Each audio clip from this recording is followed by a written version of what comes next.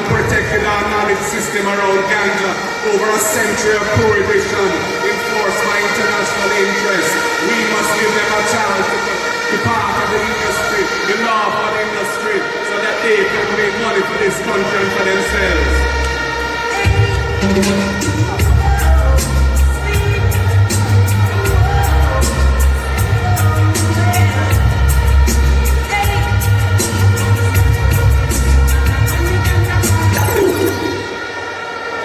The next PNP government will make the ganja industry fully inclusive. We will facilitate home-based production, integrating with licensed processors. We will lower the bar for small farmers to come into the farming industry. We will incentivize commercial and knowledge-sharing relationships with the well-capitalized processors to achieve win-win outcomes for large and small producers.